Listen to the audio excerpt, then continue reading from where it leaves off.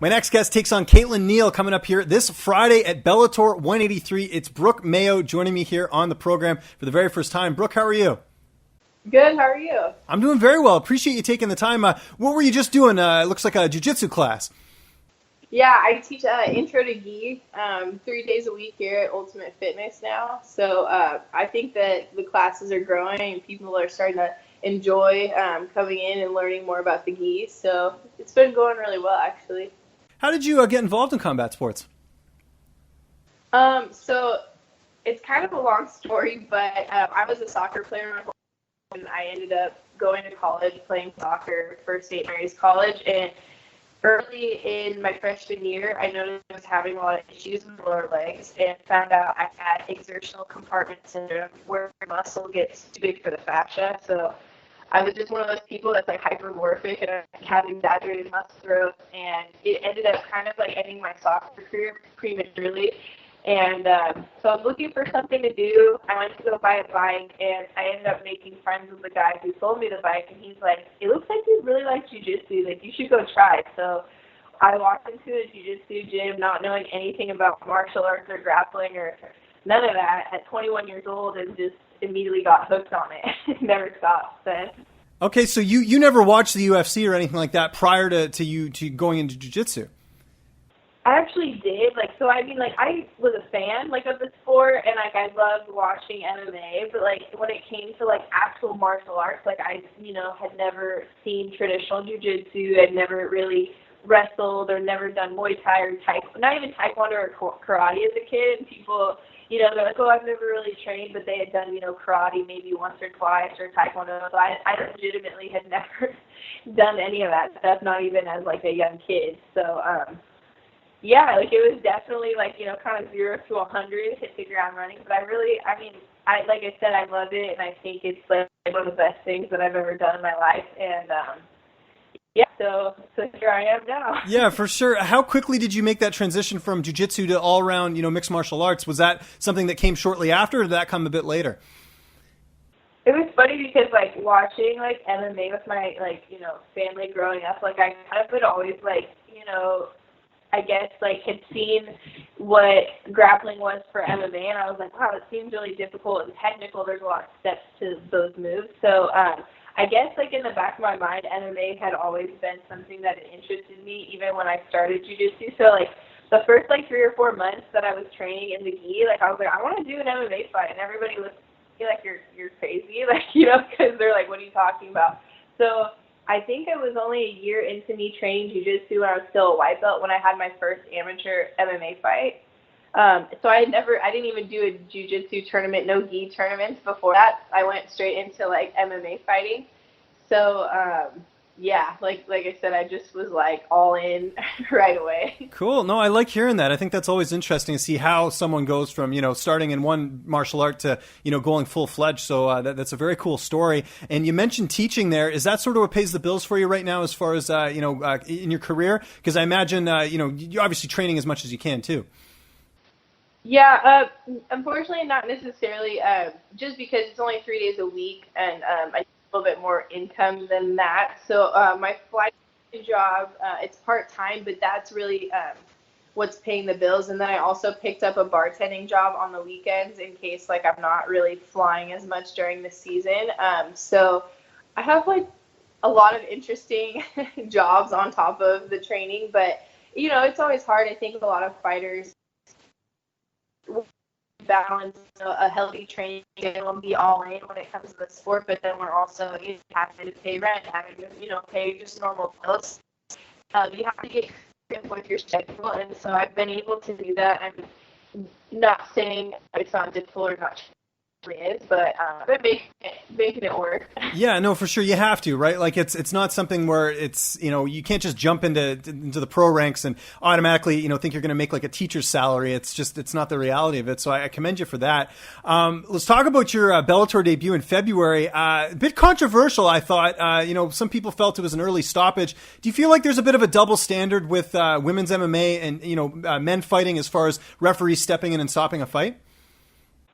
Yeah, I definitely do. I'm not trying to say, oh, that's so wrong that, they did that or that they look at us differently, because we are different. Like, women and men are different, and that's just, it's just how it is. We're different. So I think that there's a little bit of a sensitivity toward women and children that men have, which is great. I think that's awesome that men, you know, have that sort of a feeling when they see a woman or a child hurt, that they're, you know, it's probably in their, maybe not in their forward, you know, thinking mind, but maybe back in their subconscious, like, you know, it's an uncomfortable feeling to see a woman probably with like a hematoma the size that I had, you know, wanting to still throw down. It's probably like a little bit of a weird thing for some people, and but I definitely do think that there's a lot of differences there, and I do think just even the way we're marketed, it's a little bit different. Like, you know, they want to see us looking very feminine, looking very, you know, like more, I guess, model-esque, and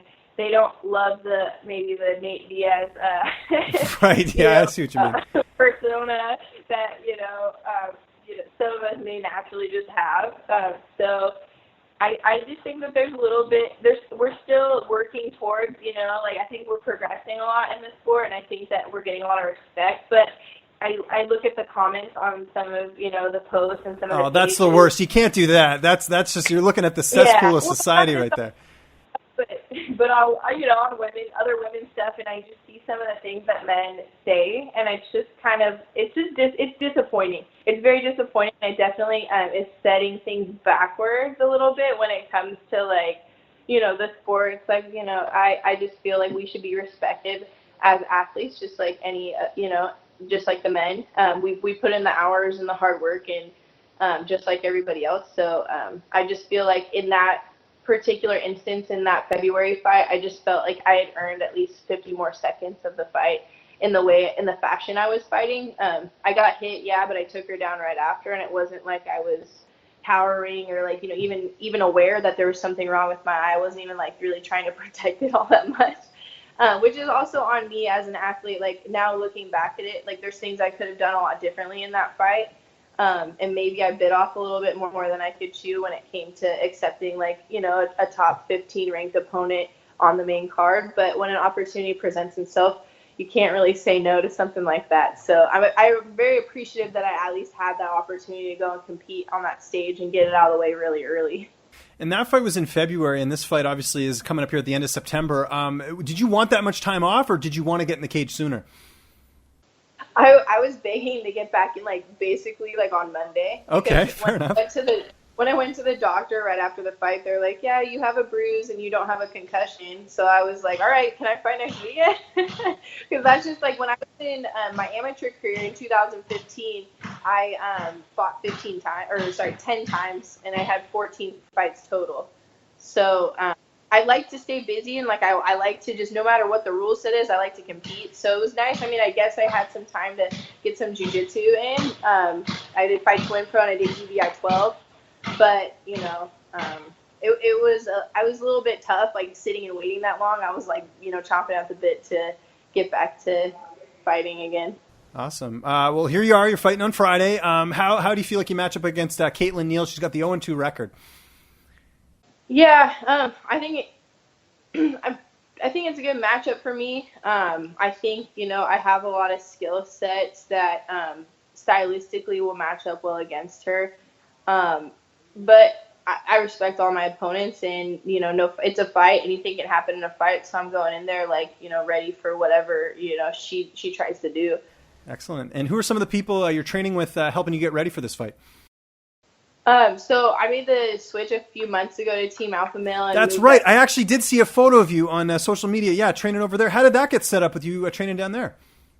Well, I just kind of was having a hard time Bay Area living. I mean, it's expensive. I had to do a lot of driving and traveling just to get training partners. So I thought, you know, maximize my time and try to come up here and train with some of the best in the world. So my female partners, you know, Cynthia Calvillo, now Sarah McMahon, and Jamie Moyle actually just moved up here now too. So it's really cool having them, and it's cool because everybody has their own style. So I'm getting different looks, like, throughout my training sessions. And then, you know, we have a ton of guys that are my size, which where I came from in the Bay Area, that wasn't always the case. Like, sometimes I'd have to train with a 180-pound dude, okay, which wasn't necessarily always realistic. Right. But it's been really cool living up here and training up here and getting consistent looks every single day. So I'm really appreciative that Uriah opened up his doors to me.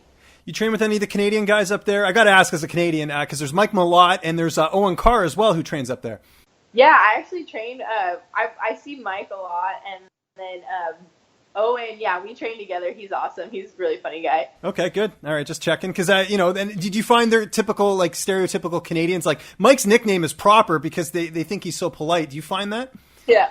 Okay, fair enough. Good stuff. Yeah, no, it's funny because we actually I hang out with some Canadians on my flight attendant job because we fly the San Jose Sharks occasionally. Oh, so, cool. Okay. It's funny. I'm starting. I've been to Canada a few times now, so I do kind of like pick up on some of the Canadian mannerisms and things that they have. Okay, interesting. Where have you gotten to fly in Canada? I got to ask now. You piqued my interest. Yeah. I've been to Edmonton, where else? Vancouver, I think we've been. And then this year, I think I'll possibly be going back, but I'm not positive yet. But I want to do some more exploring in Canada. I thought it was beautiful when I went. People are super nice. Whenever I go up there, like, I get to, find new cool spots to train and stuff. So hopefully when I go back, I'll get some more, training in and, explore more. Well, two places you got to hit for sure, cities-wise. Toronto, and I'm not saying that because I live here, but it's still pretty cool. It's like the New York of Canada. And Montreal, you will not find a city anywhere in North America like Montreal. It's like very European, so highly recommend that if you get the chance. Yeah, I'll be like, come on, guys, put me on. Yeah, you should just switch the schedule. Like, just cross out someone else's name and put your name on there, see if that works or something, right? Yeah, so. exactly. How's the weight cut going, getting down to 125? This fight's on Friday. I imagine everything on point? Yeah, I mean, it's always hard for me, to be honest. Like, I'm not going to try to lie and be like, my weight cut's easy. And it's, I know a lot of people do that, and it's just like, come on, bro. Like, we all are suffering. Like, no one wants to cut weight.